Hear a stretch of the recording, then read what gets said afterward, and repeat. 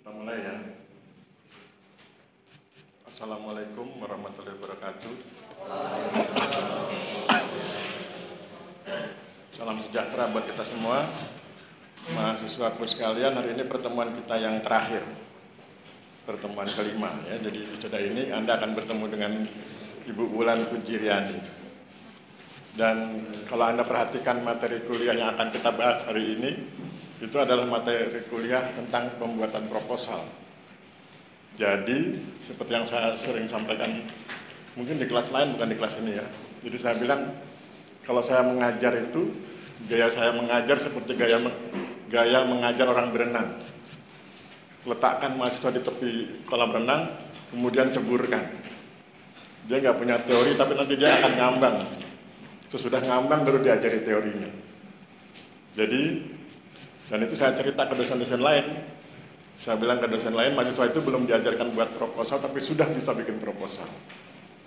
Nah, hari ini kalau soal ada salah sedikit itu wajar ya, karena teorinya kan baru dapat hari ini. Tapi proposalnya sudah Anda buat di tugas ini. Itu yang perlu kita syukuri. Jadi Anda bisa belajar tanpa diajarkan ya. Dan saya pikir itu surprise buat saya.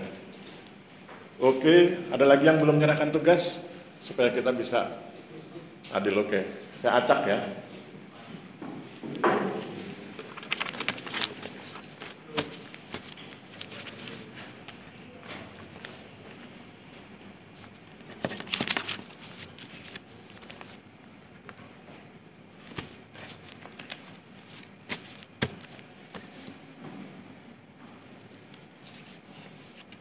Orang pertama akan bicara di video pertama. Anastasia Ayuni mana? Oke, silakan duduk.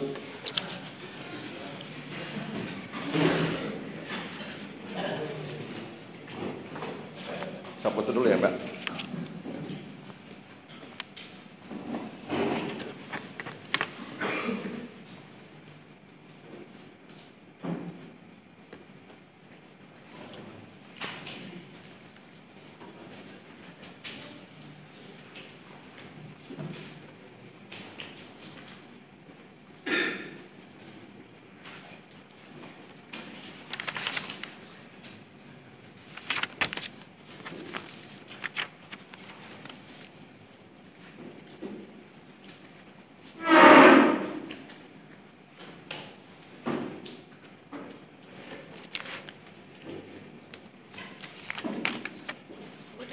Sudah ya.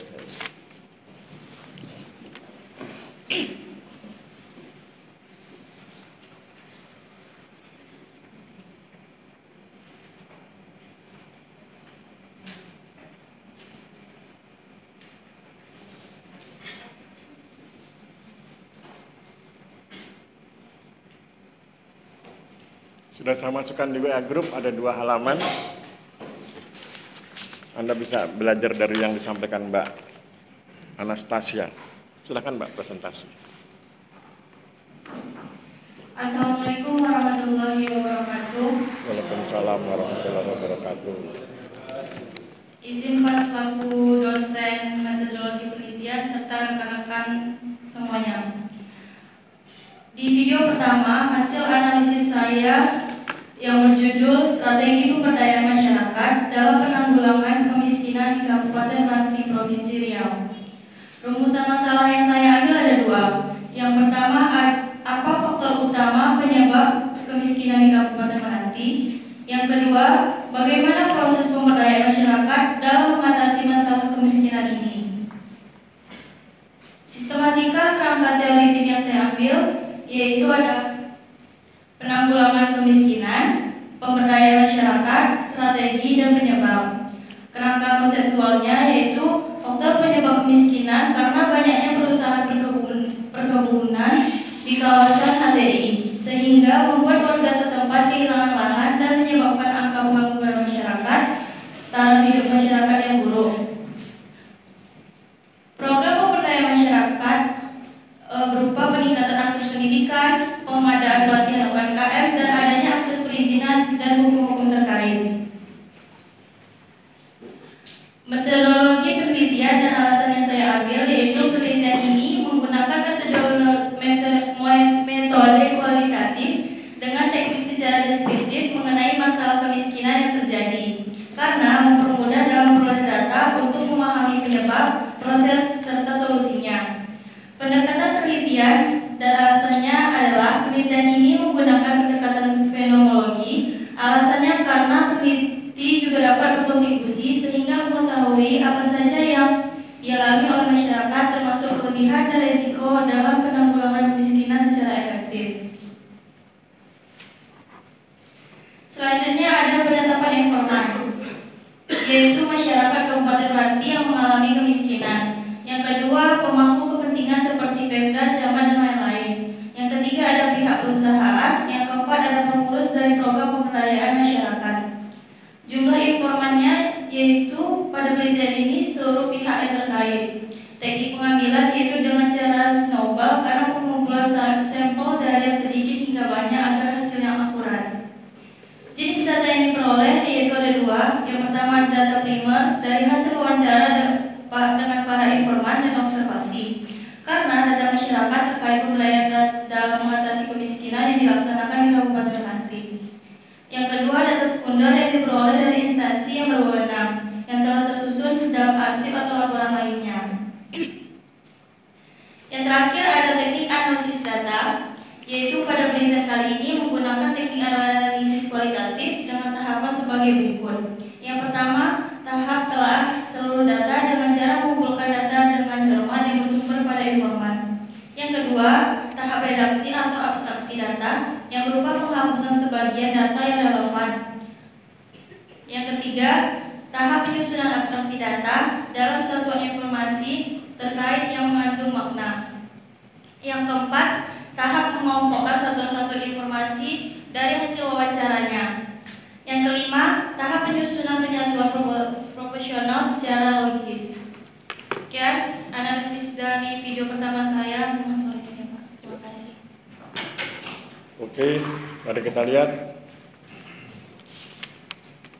Pertama kita lihat judulnya. Judulnya Strategi Pemberdayaan Masyarakat dalam Penanggulangan Kemiskinan di Kabupaten Meranti, Provinsi Riau. Jadi judulnya sudah oke ya. Kemudian rumusan masalah, apa faktor utama penyebab kemiskinan di Kabupaten Meranti, dan yang kedua bagaimana proses pemberdayaan masyarakat dalam mengatasi masalah kemiskinan ini. Mungkin tinggal ditambahkan di Kabupaten Meranti, nggak usah digunakan kata ini tapi diganti dengan di Kabupaten Meranti. Kemudian sistematika kerangka teoritiknya, lihat dari judulnya. Judulnya adalah Strategi Pemberdayaan Masyarakat dalam Penanggulangan Kemiskinan. Maka ada dua kata penting, yaitu penanggulangan kemiskinan dan pemberdayaan masyarakat. Kemudian nanti ditambah lagi dengan apa itu strategi dan apa itu penyebab. Jadi kalau nanti ini dibuat masing-masing poin, misalnya 3 literatur, berarti sudah ada minimal 12 literatur. Kemudian kerangka konseptual untuk menjawab rumusan masalah. Rumusan masalah pertama, apa faktor utama penyebab kemiskinan? Beliau sudah coba jawab, karena banyaknya perusahaan perkebunan sehingga kemudian masyarakat kehilangan tanah. Kemudian bagaimana proses pemberdayaan? Beliau coba jawab tentang peningkatan akses pendidikan, pengadaan pelatihan, dan akses perizinan. Saya pikir oke, nanti tinggal dibuktikan di lapangan. Kemudian metode penelitian menggunakan metode kualitatif sudah oke, alasannya keliru sedikit ya. Jadi dengan teknik menjelaskan secara deskriptif nggak usah ditulis ya. Menggunakan metode kualitatif karena informasi yang dibutuhkan bersifat deskriptif ya. Jadi bukan dijelaskan secara deskriptif, tapi informasinya deskriptif. Artinya di cerita gitu ya. Informasinya lewat cerita, bukan lewat deretan angka-angka. Kemudian pendekatan penelitiannya fenomenologi, berarti yang bersangkutan akan ikut terlibat dalam kegiatan pemberdayaan masyarakat. Kemudian penetapan informan, beliau tetapkan masyarakat Kabupaten Meranti yang mengalami kemiskinan, berarti nanti diambil 2 atau 3 orang begitu, jadi bisa ditulis 3 orang warga miskin misalnya. Kemudian pemangku kepentingan mungkin 3 orang, kepala desa, camat, mungkin tokoh setempat. Dari perusahaan mungkin 3. Kemudian petugas pemberdayaan 3, jadi 3 kali 4, 12 ya. Cukup 12 orang. Kemudian jumlah informan pada penelitian ini seluruh pihak terkait salah. Jumlah informan adalah 12 orang. 3 dari unsur warga miskin, 3 dari unsur pemangku kepentingan, kepala desa, tokoh plus camat, 3 dari perusahaan, dan 3 dari pelaksana pemberdayaan masyarakat. Jadi dijumlah sama dengan 12. Teknik pengambilan informan secara snowball saya pikir keliru. Kalau snowball itu Anda nggak tahu siapa yang akan dipilih. Tapi di sini kan Anda sudah bisa menentukan warga miskin diambil 3 orang. Jadi harusnya purposif. Ya. Teknik pengambilan informannya purposif. Kemudian jenis data yang diperoleh data primer hasil wawancara, data sekunder itu data-data laporan ya. Nanti ditulis misalnya laporan angka kemiskinan di tingkat desa dan di tingkat kecamatan, kemudian dari data statistik ya. Data statistik bukan untuk dianalisis tapi untuk mengilustrasikan peristiwa kemiskinan. Kemudian teknik analisis datanya, telah seluruh data, dibuat transkrip, kemudian sesudah itu tahap reduksi, dipilih yang tidak relevan dan yang relevan. Yang tidak relevan dibuang. Misalnya ketika diwawancara dia bilang, Mas kemarin saya baru mengurus pernikahan anak saya, itu kan tidak relevan, hapus ya. Itu namanya tahap, bukan redaksi tapi reduksi. Direduksi, dikurangi. Yang relevan dan tidak relevan dipilih, kemudian yang tidak relevan dibuang. Sehingga nanti lebih padat datanya, data deskripsinya. Kemudian penyusunan abstraksi, dari data yang sudah padat itu kemudian disusun kalimat versi Anda, versi penulis. Jadi kalimat versi masyarakat diubah menjadi kalimat versi penulis. Meskipun nanti ketika di laporan dalam bentuk skripsi bisa disandingkan. Jadi pertama Anda kutip persis seperti yang dia omong, kemudian Anda buat maknanya versi Anda sebagai penulis. Kemudian tahap pengelompokan informasi sesuai dengan rumusan masalah dan sesuai dengan kuesionernya. Kan kuesionernya mungkin ada 20 item. Item 1 apa jawabannya dikelompokkan di situ. Jawaban nomor 2, jawaban nomor 3 dikelompokkan, nanti ditemukan variasi jawaban. Orang kualitatif nanti bermainnya di variasinya. Item 1 variasi jawabannya seperti ini, item 2 variasi jawabannya seperti ini gitu. Kemudian penyusunan pernyataan proposisional, proposisi, bukan proporsi. Kalau proporsi itu kuantitatif, kalau proposisi kualitatif. Proposisi itu pernyataan argumentasi yang logis atau argumentatif. Jadi proposisi, kalau proporsi itu persen. Sekian, jadi hati-hati dengan kalimat, dengan kata, jangan gunakan proporsi tapi proposisi. Proposisi adalah pernyataan yang logis dan argumentatif. Saya pikir demikian, ada sedikit kesalahan, tapi secara umum saya pikir sudah oke. Ini yang saya bilang surprise ya. Belum diajarkan tapi sudah bisa ya. Saya pikir oke. Applause buat Anastasia. Terima kasih. Ya. Berikutnya kita ambil yang tengah.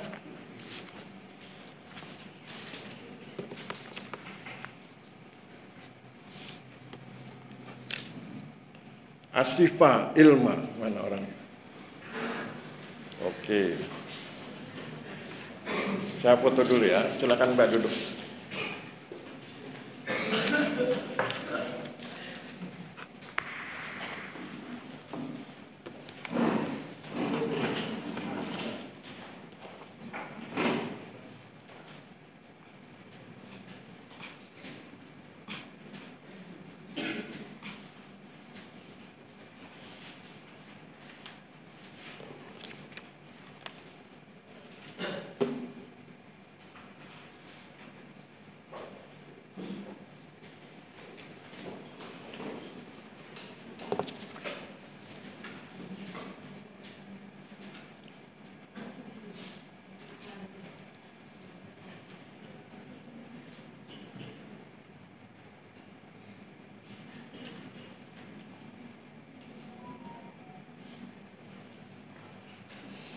Silakan Mbak, presentasikan. Ya. Selamat pagi. Di sini saya membacakan video kita dengan pemilihan judul penelitian yaitu pengaruh BUMDes di Sentra Pucung bagi nelayan di Kelurahan Pucung, Kabupaten Gunung Kidul. Adapun rumusan masalah yang saya ambil ada 2. Yang pertama adalah apa dampak dari adanya BUMDes di Sentra Pucung bagi masyarakat Kelurahan Pucung dan seberapa besar pengaruh BUMDes di Sentra Pucung bagi nelayan di Pelabuhan Sade. Adapun sistematika dari kerangka teoriknya adalah yang pertama badan usaha milik desa, lalu yang kedua itu tentang demografi Kelurahan Pucung di Kabupaten Gunung Kidul dan profilnya, lalu BUMDes Sejahtera Pucung lebih spesifiknya, dan terakhir adalah pengentas kemiskinan. Adapun sistematika kerangka konseptualnya adalah pertama dicari keadaan nelayan Kelurahan Pucung di sana, lalu turun ke bantuan BUMDes Sejahtera Pucung yang menyalurkan BBM bersubsidi bagi nelayan, itu bertujuan untuk mengurangi beban nelayan, dan pada akhirnya masyarakat sejahtera dan spesifiknya nelayan akan sejahtera. Adapun metode penelitiannya adalah metode kualitatif dengan menyajikan informasi yang berupa gambaran dari hasil wawancara nelayan di Pelabuhan Sadeng dan juga pengurus BUMDes Sejahtera Pucung. Adapun pendekatan penelitian adalah pendekatan deskriptif dan fenomenologi yang merupakan temuan-temuan yang diperoleh langsung dari hasil wawancara. Penelitian kepada nelayan terdampak akan bantuan dari BUMDes Sejahtera Pucung pemberi subsidi BBM. Adapun penetapan informan adalah nelayan Pelabuhan Sadeng penerima subsidi BBM dari BUMDes, lalu ada pengurus BUMDes Sejahtera Pucung dan masyarakat di Kelurahan Pucung sebagai sampelnya.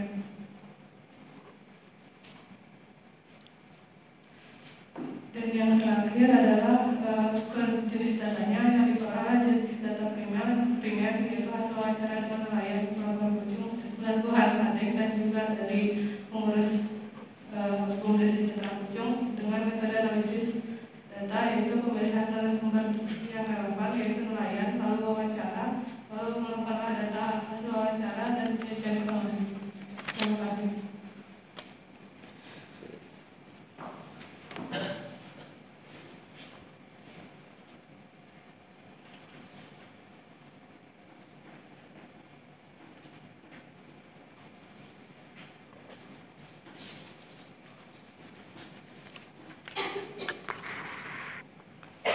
Oke, kita lihat yang dibuat oleh Mbak Asyifa Ilma ya. Beliau menyampaikan judulnya adalah Pengaruh BUMDes Sejahtera Pucung bagi nelayan di Kelurahan Pucung, Kabupaten Gunung Kidul. Nasihat pertama, jangan gunakan kata pengaruh. Karena kalau gunakan kata pengaruh itu kuantitatif. Ya. Tetapi gunakan kata dampak. Dampak keberadaan BUMDes Sejahtera Pucung bagi nelayan di Kelurahan Pucung, Kabupaten Gunung Kidul. Kenapa saya kasih masukan tentang dampak? Karena di rumusan masalahnya ada pertanyaan dampak. Apa dampak dari adanya BUMDes Sejahtera Pucung bagi masyarakat Kelurahan Pucung? Kemudian yang kedua, seberapa besar pengaruh? Jangan itu kuantitatif ya. Seberapa besar pengaruh itu kuantitatif. Anda harus rubah jadi kualitatif. Karena kan perintahnya buat proposal dengan metode penilaian kualitatif. Maka dirubahnya menjadi bagaimana cara BUMDes Sejahtera Pucung memberi manfaat bagi nelayan. Jadi bagaimana caranya? Poin 1, apa dampaknya? Poin 2, bagaimana caranya? Poin 1, apa dampak dari adanya BUMDes Sejahtera Pucung bagi masyarakat nelayan di Kelurahan Pucung. Kemudian yang poin 2-nya, bagaimana cara BUMDes Sejahtera Pucung memberi manfaat bagi nelayan di Kelurahan Pucung. Kemudian sistematika kerangka teoritiknya, lihat judulnya. Kalau judulnya adalah dampak, kemudian ada kata kesejahteraan, karena bicara tentang nelayan itu bicara tentang kesejahteraan, kan kita tidak ingin memiskinkan ya. Jadi ada 3 kata penting yaitu BUMDes, nelayan, dan kesejahteraan. Nanti masing-masing dipecah jadi 3 poin sehingga kemudian ada 9 poin. Dari 9 poin ini nanti mungkin masing-masing dengan 2 literatur berarti ada 18 literatur. Kemudian sistematika kerangka konseptual itu jawaban atas pertanyaan apa dampaknya. Nanti dampaknya kan kesejahteraan. Kemudian bagaimana caranya dengan menyalurkan BBM dan lain sebagainya. Kemudian metode penelitian, metode kualitatif, alasannya silakan nanti dibuat. Kemudian pendekatannya beliau menggunakan 2 pendekatan deskriptif dan pendekatan fenomenologi. Kalau menggunakan pendekatan fenomenologi berarti nanti beliau ikut terlibat dalam kegiatan BUMDes Sejahtera Pucung.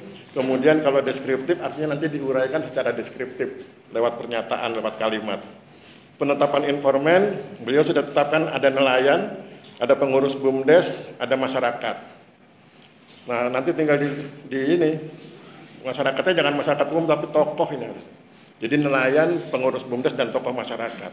Masing-masing 3 orang, kemudian kalau dijumlah jadi 9. Kalau kurang nanti bisa ditambah, jadi ada yang kira-kira 10 atau 12 orang. Ya.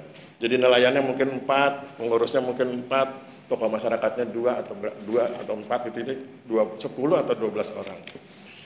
Kemudian datanya data primer, hasil wawancara, data sekundernya data statistik tentang kondisi nelayan di Kelurahan Pucung. Itu nanti Anda bisa ambil di kecamatan dalam angka, Giri Subo dalam angka itu ada datanya. Kemudian dari laporan kepala desa, tiap tahun kepala desa buat laporan kegiatan termasuk tentang kegiatan nelayan. Metode analisisnya yang dibuat oleh Mbak Asifa keliru. Nanti coba lihat contoh yang dibuat oleh Mbak Anastasia tadi itu loh. Ya. Jadi tadi kan sudah dijelaskan oleh Mbak Anastasia, teknik analisis kualitatifnya itu adalah telah seluruh data, tahap reduksi, tahap abstraksi, pengelompokan jadi satuan informasi terkecil, dan penyusunan proposisi. Ya, jadi itu yang dibuat oleh Mbak Asifa keliru ya. Nanti tinggal lihat punyanya Mbak Anastasia. Saya pikir demikian. Terima kasih, aplaus buat Mbak Asifa. Terima kasih.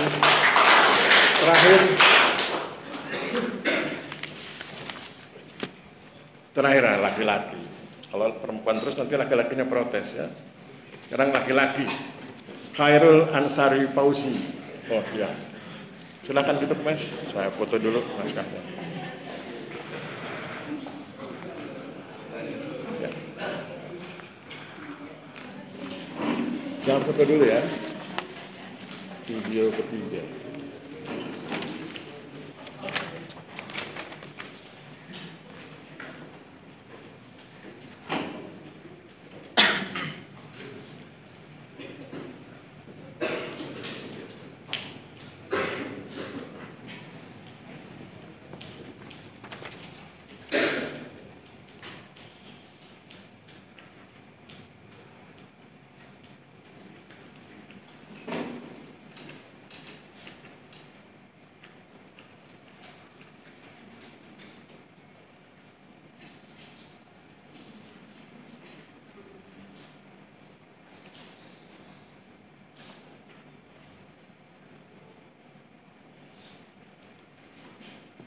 Silakan Mas. Assalamualaikum warahmatullahi wabarakatuh. Waalaikumsalam warahmatullahi wabarakatuh. Baik, pada video 3 ini, yang pertama judul penelitian yang saya ambil yaitu analisis faktor-faktor yang mempengaruhi peningkatan produktivitas pertanian di Kabupaten Temanggung, studi kasus pada sektor tanaman pangan. Kemudian yang kedua, rumusan masalah. Ada 3 rumusan masalah yang saya ambil. Yang pertama, apa faktor-faktor yang mempengaruhi produktivitas pertanian di Kabupaten Temanggung? Kedua, bagaimana pengaruh faktor tersebut terhadap peningkatan produktivitas pertanian di sektor tanaman pangan? Dan yang ketiga, apa strategi yang dapat dilakukan untuk meningkatkan produktivitas pertanian di Temanggung berdasarkan faktor-faktor yang ditemukan? Untuk kerangka teoritiknya, yang pertama konsep produktivitas pertanian, kedua faktor-faktor yang mempengaruhi produktivitas pertanian, dan yang ketiga peningkatan produktivitas pertanian di Kabupaten Temanggung. Kemudian kerangka konseptual, yang pertama variabel independen berupa teknologi pertanian, kualitas tanah, keberlanjutan pertanian, dan faktor-faktor terkait lainnya. Kedua variabel dependen, yaitu produktivitas pertanian di sektor tanaman pangan di Kabupaten Temanggung. Yang ketiga, hubungan dan pengaruh, analisis hubungan antara variabel independen dan variabel dependen serta pengaruh faktor-faktor tersebut terhadap produktivitas pertanian. Kemudian metode penelitian yang saya ambil yaitu kualitatif dengan pendekatan studi kasus untuk memahami secara mendalam faktor-faktor yang mempengaruhi peningkatan produktivitas pertanian di Kabupaten Temanggung. Kemudian pendekatan penelitian yang saya ambil yaitu pendekatan fenomenologi dengan melibatkan petani, ahli pertanian, dan pemangku kepentingan lainnya dalam proses penelitian. Kemudian penetapan informan terdiri dari petani, ahli pertanian, dan pemangku kepentingan terkait dengan jumlah yang situasional. Kemudian teknik yang digunakan untuk pengambilan informan adalah processing sampling. Kemudian jenis data yang diperoleh, yang pertama data primer terdiri dari wawancara dengan petani, kemudian observasi lapangan dan kuesioner. Untuk data sekundernya ada data statistik pertanian, kemudian laporan proyek pertanian sebelumnya dan kebijakan pertanian. Untuk teknik analisis data yaitu analisis tematik untuk mengidentifikasi dan memahami pola-pola tematik yang muncul dari data tersebut. Adapun tahapannya, yang pertama transkripsi data, kedua pemahaman menyeluruh, yang ketiga pengkajian awal, yang keempat pengembangan tema, kemudian verifikasi tematik, analisis dan interpretasi, dan selanjutnya pelaporan tematik. Demikian mungkin terkait video 3. Silakan koreksi Pak. Oke, kita lihat di video 3 yang dibuat oleh Mas Khairul. Mulai dari judul yang ditawarkan oleh Mas Khairul adalah analisis faktor-faktor yang mempengaruhi peningkatan produktivitas pertanian di Kabupaten Temanggung, studi kasus pada sektor tanaman pangan. Nasihat pertama, judulnya ini kuantitatif. Dari mana kata kuantitatifnya? Dari mempengaruhi. Ya. Kemudian ditambah lagi dengan analisis faktor. Analisis faktor itu kuantitatif. Maka kemudian bagaimana caranya agar bisa jadi kualitatif? Caranya adalah buat kalimatnya menjadi kalimat kualitatif. Kalau judul kualitatifnya adalah beberapa faktor yang meningkatkan produktivitas pertanian di Kabupaten Temanggung, khususnya pada sektor tanaman pangan. Jangan gunakan kata studi kasus, karena kalau Anda menggunakan kata studi kasus, Anda harus baca dulu bukunya Robert Kayen, ya. Bukunya Robert Kayen yang warna merah tua itu Anda baca dulu, karena studi kasus itu unik. Jadi kuantitatif itu punya ciri khas, kualitatif punya ciri khas, studi kasus juga punya ciri khas. Jadi nasihat saya, kalau pengen kualitatif yang aman, jangan gunakan kata studi kasus. Jadi judulnya adalah beberapa faktor yang meningkatkan produktivitas pertanian di Kabupaten Temanggung, khususnya pada sektor tanaman pangan. Oke, itu judul kualitatifnya. Kemudian rumusan masalah, apa faktor-faktor yang mempengaruhi produktivitas pertanian, itu kuantitatif. Ya. Kemudian bagaimana pengaruh faktor tersebut terhadap peningkatan produktivitas pertanian di sektor itu bernuansa kuantitatif, tapi ada kualitatifnya. Bagaimana itu kualitatif? Tapi pengaruh faktor itu kuantitatif. Jadi agak rancu. Apa strategi yang dapat dilakukan? Itu muncul tiba-tiba ada kata strategi. Maka nasihatnya adalah, pertama tentukan judul kualitatifnya. Judul kualitatifnya adalah beberapa faktor yang meningkatkan produktivitas pertanian di Kabupaten Temanggung, khususnya pada sektor tanaman pangan. Kemudian gunakan dua kata kunci di rumusan masalah versi kualitatif, mengapa dan bagaimana. Ya, mengapa beberapa faktor tersebut mampu meningkatkan, ya. Kemudian bagaimana caranya agar bagaimana faktor-faktor tersebut dapat. Jadi mengapa bisa dan bagaimana bisa. Mengapa itu berarti latar belakang. Kemudian bagaimana itu kemudian bisa mempengaruhi produktivitas pertanian, ya. Itu mengapa dan bagaimana di rumusan masalah. Kemudian kerangka teoritiknya, karena judulnya sudah kita revisi, kerangka teoritiknya nanti sesuai dengan judulnya tentang faktor. Nanti di kerangka teoritik dipilih, jangan banyak-banyak, mungkin 3 atau 2. Misalnya faktor finansial, faktor human. Jadi bisa dipilih, ya, human capital, financial capital, legal capital. Aspek hukum, aspek manusia, dan aspek finansial. Pilih 3 itu saja, kemudian itu nanti dimasukkan di kerangka teoritik. Kemudian sesudah itu baru bicara tentang produktivitas pertanian dan bicara tentang tanaman pangan. Di kerangka teoritiknya masukkan itu. Kemudian kerangka konseptualnya jawab mengapa itu mampu meningkatkan dan bagaimana cara meningkatkannya. Ya, di konseptual. Jadi rumusan masalah pertamanya kan mengapa beberapa faktor itu mampu meningkatkan, dan yang kedua bagaimana cara faktor-faktor tersebut meningkatkan produktivitas pertanian. Tadi sudah kita pilih finansial, ya, faktor finansial, faktor legal, dan faktor human, faktor manusia. Kemudian metode penelitian kualitatif, Pendekatan studi kasus saya pikir hilangkan karena dia punya gaya tersendiri. Silakan pilih yang Anda suka. Kalau Anda bingung, gunakan pendekatan deskriptif. Pendekatan deskriptif itu artinya Anda akan menjelaskan secara deskriptif. Kemudian itu ya. Jadi pendekatannya deskriptif. Jadi ini rantu ya. Anda baca teksnya. Metode penelitian kualitatif dengan pendekatan studi kasus. Pendekatan penelitian fenomenologi. Pilih kalau memang Anda ingin fenomenologi, berarti studi kasusnya hilang. Kemudian penetapan informan. Informan terdiri dari petani, ahli pertanian, dan pemangku kepentingan. Kalau Anda mengundang ahli pertanian, saya pikir tidak semudah itu, kecuali memang Anda punya kedekatan dengan beberapa tokoh ilmuwan. Kalau Anda biasa-biasa saja, pilih saja petani, Pemda. Pemda itu mulai camat, kepala desa, ya, atau kepala dinas, kemudian tokoh. Ya.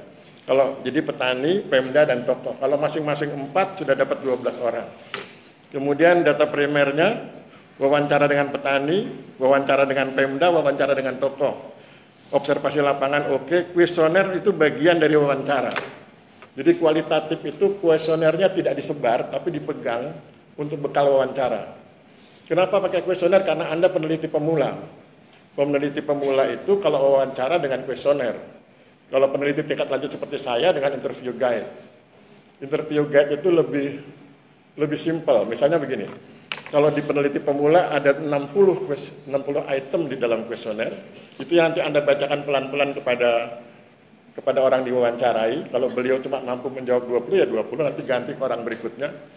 Kalau peneliti lanjut seperti saya, yang saya pegang cuma 5 item. Tapi nanti 5 item itu saya kembangkan ketika diskusi. Jadi saya waktu diskusi nggak bawa teks. Sudah disimpan di sini, kita ngobrol santai, kadang-kadang diselingi gelak tawa begitu. Nah, itu kalau sudah peneliti lanjut, kalau peneliti tingkat pemula seperti Anda, pegang kuesionernya, tanyakan bagian-bagian yang kira-kira dia mampu. Oleh sebab itu nanti biasanya dosen pembimbing akan mengarahkan. Oh, ini kuesioner untuk nelayan, ini kuesioner untuk petani, ini kuesioner untuk kepala dinas, ini kuesioner untuk kepala kantor pertanahan, dipisah-pisah sehingga kemudian ketika Anda wawancara tinggal sudah sesuai itu. Oh, untuk petani, pertanyaannya mungkin sekitar 15 item. Untuk kepala kantor mungkin 20. Kepala dinas mungkin sekian, begitu dijumlah jadi 60 item. Jadi 60 item pertanyaan di kuesioner itu dipecah menjadi beberapa orang sesuai dengan ketokohannya masing-masing. Ya, itu di kuesioner.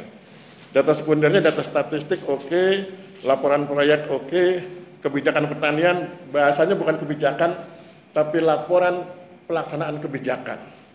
Jadi nanti data sekundernya data statistik, laporan proyek pertanian dan laporan pelaksanaan kebijakan. Teknik analisis data ini beda dengan yang disampaikan oleh Mbak Anastasia tadi. Tetapi ini termasuk kualitatif, ya, karena analisis tematik.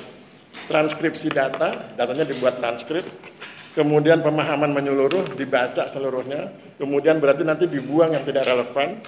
Pengkodean awal itu ditandai, ini item sekian, ini item sekian, sesuai dengan rumusan, sesuai dengan kuesionernya.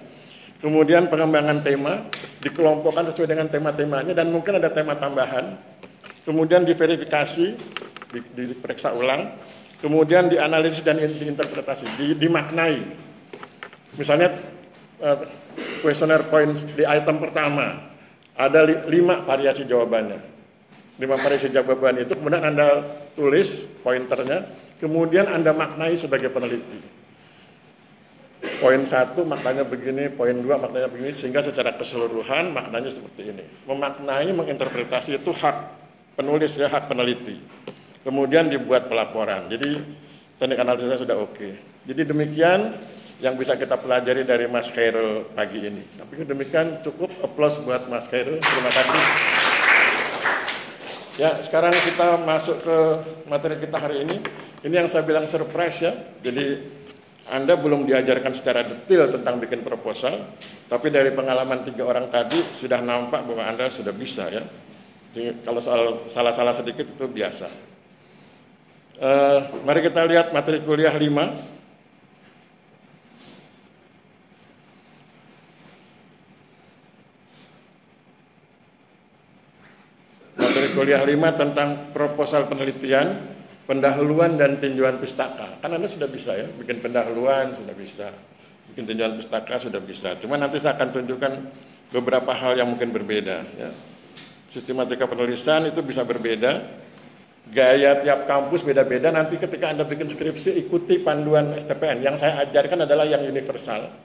Yang saya ajarkan pada Anda misalnya tinjauan pustaka, kerangka teoretik, kerangka konseptual. Kemudian kalau ada yang aliran kedua bisa ditambahkan research question, tapi itu universal. Artinya secara ilmu seperti itu. Nanti tiap kampus punya gaya. Di STPN malah biasanya gayanya adalah landasan teoretik atau apa begitu. Kemudian ada, saya malah detailnya lupa itu ya, landasan teoretik, kemudian kerangka pemikiran, itu sama dengan itu ya. Tinggal nanti dimodif aja, lihat ilmunya, kemudian ikuti petunjuk STPN. Kemudian nanti ada lagi yang dibandingkan dengan penelitian sebelumnya, misalnya begitu.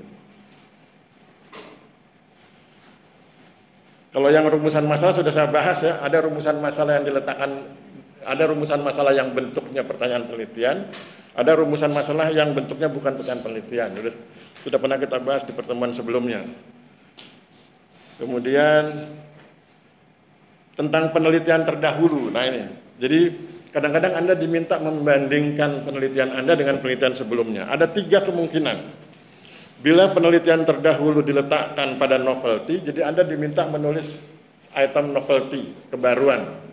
Nah, bila penelitian terdahulu diletakkan pada novelty, kebaruan, maka ia merupakan pembanding antara penelitian saat ini dengan penelitian sebelumnya, sehingga dapat diketahui posisi penelitian Anda pada peta pengetahuan. Jadi kalau Anda bikin subjudul novelty itu bervariasi di beberapa kampus. Kan saya selain bimbing STPN ada teman-teman dari kampus lain. Ada novelty yang diletakkan di bab 1. Ada novelty yang diletakkan di tinjauan pustaka. Itu selera kampus. Nah, ketika Anda mendengar kata novelty, itu berarti Anda harus membandingkan penelitian Anda dengan penelitian sebelumnya. Apa maknanya? Untuk mengetahui posisi penelitian Anda dalam peta pengetahuan. Misalnya penelitian sebelumnya tentang PTSL membahas tentang sesuatu, kemudian Anda membahas tentang X. Nah, X dengan sesuatu itu posisinya di mana? Misalnya sebelumnya tentang klaster K2, K3, K4. Sedangkan Anda bicara tentang partisipasi, nah, itu berarti sudah beda. Ya. Jadi untuk mengetahui perbedaan Anda dengan penelitian sebelumnya, untuk meletakkan Anda di peta pengetahuan. Dan itu harus baru, harus berbeda supaya menjadi alasan untuk penelitian. Tetapi kemudian, bila penelitian terdahulu diletakkan pada tinjauan pustaka, khususnya pada kerangka teoretik, maka ia merupakan referensi bagi peneliti. Jadi kalau di dalam kerangka teoretik Anda menggunakan penelitian sebelumnya, penelitian orang lain yang telah dilakukan sebelumnya, maka itu berarti sebagai referensi teoretik. Ya, misalnya Anda gunakan penelitian saya, penelitian siapapun, itu berarti sebagai referensi. Jadi kalau penelitian terdahulu diletakkan di novelty, di kebaruan, untuk menunjukkan bahwa penelitian Anda baru dan meletakkan Anda di posisi peta pengetahuan. Tapi kalau diletakkan di kerangka teoretik, maka penelitian terdahulu digunakan sebagai referensi, sebagai sumber pengetahuan. Dan kemudian yang ketiga, bila diletakkan di latar belakang. Bila penelitian terdahulu diletakkan pada latar belakang, maka ia merupakan referensi untuk menunjukkan pentingnya penelitian. Jadi ada 3 kemungkinan ya. Jadi penelitian terdahulu bisa diletakkan di latar belakang, penelitian terdahulu bisa diletakkan di dalam subjudul novelty atau kebaruan, penelitian terdahulu bisa diletakkan di kerangka teoretik. Kalau diletakkan di latar belakang, berarti Anda sedang menjelaskan bahwa penelitian Anda itu meneruskan penelitian sebelumnya. Meneruskan penelitian sebelumnya yang menurut Anda belum selesai, dan itu dilanjutkan oleh Anda. Itu di latar belakang. Kalau penelitian terdahulu diletakkan di kerangka teoretik, berarti Anda menjadikan itu sebagai referensi, sebagai sumber pengetahuan.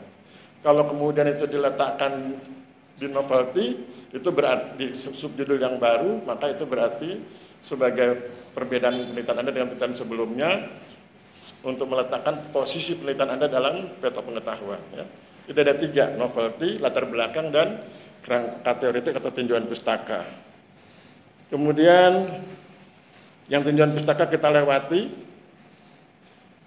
karena Anda sudah bisa ya, jadi saya pikir dilewati saja.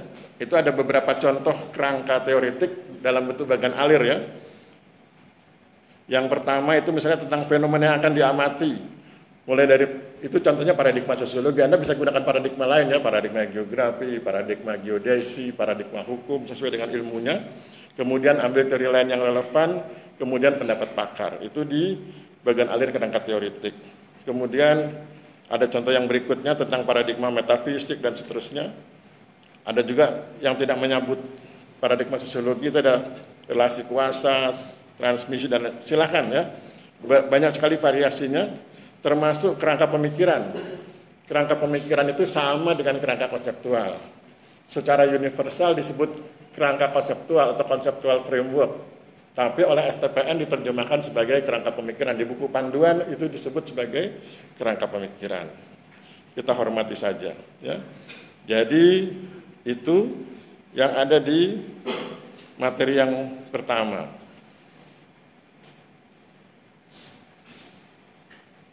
Materi kedua, materi kuliah ke-6, materi terakhir, itu kita akan bicara tentang metode, analisis, penutup, dan laporan. Kalau mengenai metode penelitian tadi sudah jelas ya, nanti Anda bisa lihat yang dibuat oleh Mbak Anastasia tadi itu, ya udah detail itu ya. Jadi mulai format penelitian, metodenya, penetapan informan, teknik penjagaan, sudah detail. Nah, wawancara ini ada foto gambar saya sedang wawancara seperti itu, jadi santai, kemudian supaya orang bisa ngomong sesuka dia ya. Kemudian jenis data silakan ya. Nah, ini ada contoh bukan data kualitatif. Jadi kalau ada orang bilang misalnya ini bicara tentang pendapatan, seringkali ada kekeliruan, terutama kekeliruan ini dibuat oleh mereka yang menganut aliran metode kuantitatif. Kekeliruan yang dibuat oleh mereka yang menganut aliran metode kuantitatif. Mereka menganggap bahwa kalau sesuatu sudah diubah jadi kata, itu kualitatif. Padahal belum tentu. Misalnya tingkat pendapatan, itu kuantitatif. Karena kalau kualitatif tidak bicara tingkat, ya, bicaranya klaster. Tidak struktur, tapi klaster. Ya. Kemudian kalau ini kasih contoh tingkat pendapatan tinggi, rendah, sedang, dan lain sebagainya, itu kuantitatif, meskipun tidak ada angkanya. Karena sesungguhnya itu kan mengganti saja dari angka menjadi kata. Ya. Sangat tinggi, tinggi, sedang, rendah, sangat rendah, itu kan hanya mengganti angka dengan kata. Tetapi itu tetap kuantitatif, bukan kualitatif. Ya. Kemudian instrumen pengumpulan data, jadi kalau Anda ditanya apa instrumennya, kalau instrumen pengumpulan data itu bisa kuesioner terbuka bagi peneliti pemula seperti Anda atau interview guide bagi peneliti tingkat lanjut. Kemudian kalau analisisnya tadi sudah dicontohkan dengan baik oleh Mbak Anastasia ya, dari mulai penelitian awal seluruh data, reduksi, kemudian abstraksi dan lain sebagainya. Itu ada beberapa contoh, itu gambar penelitian awal seluruh data, transkripnya itu dibuat semua, transkrip wawancara dengan informan 1, kemudian diberi warna hijau, ada yang warna hijau itu, yang relevan dengan tidak relevan dipilih, kemudian sesudah itu yang tidak relevan dibuang, kemudian dikelompok-kelompokkan. Ya. Jadi memang hanya seperti itu teknik analisis kualitatif. Jadi kalau nanti ujian ditanya, loh mana analisisnya? Ya itu sudah analisis Pak. Jadi mulai dari mengumpulkan, memilih yang relevan tidak relevan, membuang yang tidak relevan, memaknai, menyusun proposisi, itu sudah kualitatif. Ya, biasanya kan orang suka rancu, dia terbiasa menguji yang kuantitatif, sekali waktu dia menguji yang kualitatif, nggak ada angkanya di analisis, maka dia tanya mana analisisnya. Nah, Anda jelaskan dengan segala sopan santun bahwa analisisnya adalah tematik analisis, memang tidak ada angkanya, tapi ada proses pemaknaan deskripsi. Proses memaknai kalimat, memaknai pernyataan informan. Saya pikir demikian. Yang lainnya saya pikir sudah oke. Nah, tinggal di laporan. Laporan itu bervariasi ya. Ada beberapa variasi laporan penelitian atau skripsi. Ya. Ada skripsi yang alternatif 1 itu, yang ada gambar tentara Cina itu. Alternatif 1, pendahuluan, tinjauan pustaka, metode penelitian, langsung kemudian masuk ke fenomenanya. Fenomena A, fenomena B, fenomena C, itu judulnya. Misalnya kalau tentang petani, ya petani yang begini, petani yang begitu, gitu ya, langsung hasilnya. Tetapi ada juga yang klasik. Yang klasik itu pakai gambaran umum wilayah, baru kemudian fenomenanya. Ya, nanti Anda ikuti yang ada di panduan. Kalau sepengetahuan saya di panduan pakai gambaran umum wilayah. Ikuti saja karena itu nggak prinsip ya. Itu, dan saya pikir cukup. Itu ada kalimat terakhir dari Wahid Hasim. Bila tiba waktuku, tanpa karya dan kebajikan, apa makna hidupku? Itu sebetulnya dorongan aja, ya, memotivasi Anda untuk berproduk, ya, membuat produk. Oke, sampai di sini. Ada pertanyaan? Jam 9:05. Nggak ada? Ya. Ada beberapa pertanyaan yang sebenarnya pengen saya tanyakan dari pertemuan yang lalu, tapi Ya. waktunya terbatas. Yang pertama terkait judul lah, yang terkait dengan ini maksimal 14 kata itu. Apakah ada kondisi tertentu yang bisa menyebabkan ada semacam pemakluman supaya judulnya bisa lebih dari 14 kata? Yang pertama itu Pak. Yang kedua, terkait dengan lokus penelitian yang disebutkan di judul atau secara lebih luasnya lokus yang akan diteliti itu, apakah ada cakupan minimal yang misalkan minimal adalah di skopnya desa, tidak boleh dusun atau yang lebih sempit lagi. Kemudian saya tertarik dengan tadi Pak yang perbedaan antara ketika kita menyebutkan studi kasus pada kasus tertentu dengan studi di misalkan studi di desa tertentu itu, perbedaannya seperti apa dan mana yang boleh dikualitatif dan mana yang tidak boleh. Kemudian terkait kebaruan Pak, apakah ada ketentuan minimalnya, misalkan penelitian kita sama persis dengan penelitian orang tapi lokusnya berbeda, apakah itu sudah memenuhi unsur kebaruan atau belum, atau ada kriteria tertentu yang ini sudah termasuk beda dengan penelitian sebelumnya, atau ini sebenarnya sama, hanya lokusnya yang berbeda. Sementara itu. Ya, kalau nanti saya kurang diingatkan ya. Yang pertama tentang judul ya. Judul apakah ada jadi angka 14 itu konsensus. Bukan peraturan, bukan pasal ya. Jadi boleh dilanggar. Nah, karena itu konsensus, jadi sebetulnya itu hanya semacam nasihat. Nasihat bagi peneliti. Kenapa dikasih nasihat angka 14? Supaya orang gampang mengingat. Jadi sebetulnya judul itu kan promosi kita. Apapun produk kita kan yang penting judulnya. Anda buat produk tertentu X misalnya, kalau judulnya itu gampang diingat orang, itu bisa langsung orang bisa oke, saya setuju atau oke, saya tidak setuju.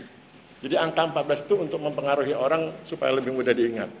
Terus kapan itu bisa dimaafkan? Kalau kemudian tambahannya tidak terlalu banyak. Misalnya dari 14 jadi 16. Kalau dari 14 jadi 57, itu kebanyakan. Judul 15 halaman, wah itu kan kebanyakan. Bayangkan kalau judulnya sampai 15 halaman, menghafal judulnya sudah setengah mati. Maka kalau 14 geser sedikit 16. Oke. Jadi gunakan rasa ya. Ciri khas orang kualitatif kan pakai rasa. Ada rasio, tapi rasio itu dibalut dengan rasa. Yang pertama judul, yang kedua lokus ya, lokasi. Apakah ada batasan tertentu? Tentu tidak ada detailnya. Jadi ilmu sosial itu nggak pernah memaksa. Ilmu sosial itu pakai rasa. Kalau Anda punya kemampuan meneliti level kabupaten, tadi Anastasia itu levelnya kabupaten. Nah, silakan level kabupaten. Misalnya Anda mampu mewawancari kepala dinas. Pengalaman saya di mana waktu itu ya, saya dibantu teman-teman itu bisa diwawancari kepala dinasnya itu. Jadi kepala dinasnya welcome, bupatinya oke, berarti itu sudah bisa di level kabupaten. Kalau Anda bisa mewawancari kepala dinas tingkat provinsi, bisa mewawancari gubernur, wakil gubernur atau sekda di level provinsi, itu Anda bisa masuk ke level provinsi. Jadi tanya pada kemampuan diri. Atau Anda punya kemampuan, Anda bilang saya pengennya di tingkat desa karena saya ingin bicara lebih detail. Silakan di tingkat desa. Atau Anda ingin bikin peta atau menggunakan pemetaan drone dan lain sebagainya, yang kalau itu digunakan dalam waktu sekian minggu, 2 atau 3 minggu, itu cuma cukup 1 dusun, silakan. Yang penting buat argumentasi, nanti kan di metode itu ada tambahan lokasi. Nah di lokasi itu Anda jelaskan alasannya.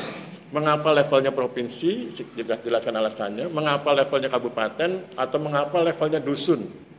Nah, dan nanti jelaskan levelnya dusun karena tingkat ketelitian petanya sekian, saya teknisnya nggak hafal ya. dan seterusnya. Sehingga kemudian ketika orang membaca, oh iya wajar dusun dengan jangka waktu penelitian sekian hari dan seterusnya. Apalagi nomor 1, lokus sudah, judul sudah, kebaruan. Ya, kebaruan. Tadi dikasih contoh, judulnya sama, cuma beda lokasi. Sebetulnya kita kan sedang melatih mahasiswa, dan Anda sebetulnya kan sedang mempromosikan sesuatu yang menunjukkan bahwa Anda itu kreatif. Ciri khas kualitatif itu kan unik, kreatif, dramatis. Kalau judulnya sama, lokasinya berbeda, pertanyaannya mana kreativitasnya? Maka kemudian dipertanyakan itu. Nah, sebetulnya levelnya di situ, bermainnya di situ. Dosen penguji akan menguji kreativitas Anda. Jadi nasihatnya ya dirubah sedikit. Tadi seperti yang pernah saya sampaikan di pertemuan sebelumnya, kan perspektif banyak. Dia gunakan perspektif, kalau di sosiologi aja ada 7. Ada 7 general teori besar. Kalau dia sudah pakai struktur fungsional, Anda pakai konflik. Kalau dia sudah pakai konflik, Anda pakai pertukaran. Kalau dia sudah pakai pertukaran, Anda pakai fenomenologi. Anda pakai teori aksi dan lain sebagainya. Jadi banyak pilihan. Itu dari segi general teori. Dari segi perspektif keilmuan, pakai geodesi, pakai geografi, pakai hukum. Banyak cara untuk membuat sesuatu yang baru. Ya, jadi nasihatnya usahakan baru, jangan cuma memindahkan lokasi. Ya. Apalagi satu lagi apa? Mengapa saya mengkritik dan mewanti-wanti Anda untuk tidak menggunakan studi kasus? Karena studi kasus itu punya cara yang unik. Dan itu ada bukunya Robert Kayen. Saya khawatir ketika Anda menulis menggunakan studi kasus, dosen pengujinya itu kritis, kemudian dia searching, dia googling, dia download bukunya Robert Kayen, kemudian ketika diuji tahapan-tahapannya Anda nggak sesuai dengan itu. Maka dia bilang Anda nggak sesuai dengan metode studi kasus. Maksud saya, kalau Anda bertempur, gunakan senjata, yang senjata itu Anda bisa gunakan dengan baik. Anda biasa menggunakan pedang, maka bertempurlah dengan pedang. Anda biasa menggunakan belati, bertempurlah dengan belati. Anda biasa menggunakan panah, bertempurlah dengan panah. Jangan Anda nggak pernah gunakan panah, bertempurnya dengan panah, Anda bingung, mana yang busur, mana yang anak panah. Nah, itu sebetulnya hanya teknik pengamanan saja. Tapi kalau memang Pak Aris pengen studi kasus, silakan. Nasihatnya adalah baca bukunya Robert Kayen, lihat tahapannya, ikuti tahapan-tahapannya, maka siapapun yang Anda hadapi oke. Itu begitu ya. Jadi ini hanya sekedar karena dalam beberapa kejadian ketika yang bersangkutan menggunakan metode studi kasus, saya download. Kan sekarang gampang, canggih, ujian tinggal saya download, keluar itu bukunya Robert Kayen. Saya tanya, ini sudah dilaksanakan belum? Ini sudah berarti keliru gitu ya. Nah, itu. Jadi sebetulnya hanya untuk mengamankan, karena saya punya target, begitu Anda memilih metode kualitatif, Anda aman berhadapan dengan penguji siapapun. Ya, kalau soal nanti kelihatannya serem, itu kan hanya acting, ya. Acting di persidangan skripsi. Tapi sebetulnya sudah di tangan itu. Ya, jadi kalau Anda ikuti semua prosedurnya, sekalipun nanti di ruang sidang kayaknya serem, sebetulnya sudah betul itu. Ya, yang penting kan hasilnya meskipun waktu dicecar itu setengah mati.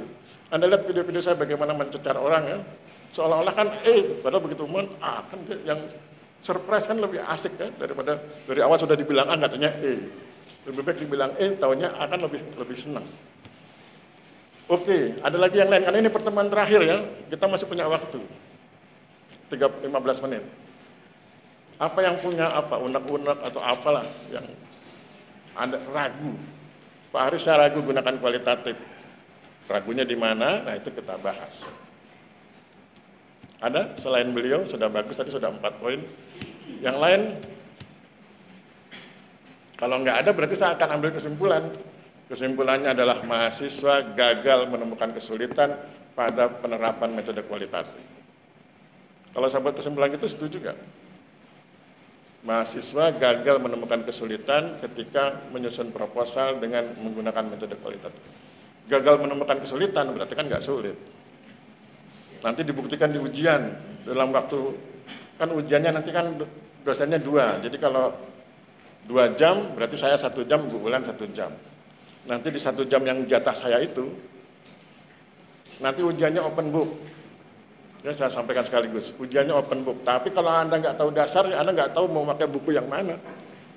Anda open book, Anda bisa googling, silahkan. Tapi hasilnya harus bagus. Anda bisa googling, misalnya teori strategi, nah, nanti dipecah jadi sekian poin, kan bisa googling. Waktunya cuma 1 jam, karena berbagi dengan Ibu Bulan. Ayo, ada? Kalau nggak ada berarti saya alhamdulillah, saya bilang thanks Allah, terima kasih Tuhan. Mahasiswa saya bisa, gitu ya. Ada? Ada lagi yang lain yang menemukan kesulitan atau ragu atau apapun? Nggak ada? Kalau nggak ada berarti betul ya, doa saya tiap pagi sholat duha itu. Semoga mahasiswa saya bisa bikin skripsi. Kalau soal metode itu hak, ya. Anda bisa pakai hak apa saja. Nggak ada? Hitung sampai 3, 1, 2, 3. Nggak ada. Oke, kalau gitu kita tutup pertemuan kita hari ini. Pertama, mohon maaf dari saya buat Anda, karena telah memaksa Anda tanpa mengajarinya terlebih dahulu. Anda perhatikan PowerPoint-nya baru Anda terima sekarang, tapi Anda sudah bisa bikin, ini sudah proposal. Cuma memang belum detail, karena kan cuma sistematika, ya, belum detail. Nanti detailnya ya kalau sudah googling dan lain sebagainya. Ya, itu pertama minta maaf itu, karena Anda dipaksa bikin sesuatu yang ilmunya belum diajarkan. Yang kedua, mohon maaf kalau ada kata-kata yang salah. Dan yang berikutnya, terima kasih Anda bersedia hadir 5 kali pertemuan, meluangkan waktu di tengah kesibukan Anda, dan kemudian bersedia mendengarkan cerita tentang kualitatif. Saya pikir demikian. Terima kasih. Wabillahi taufiq wal hidayah. Wassalamualaikum warahmatullahi wabarakatuh. Salam sejahtera buat kita semua. Terima kasih dan selamat siang. Terima kasih.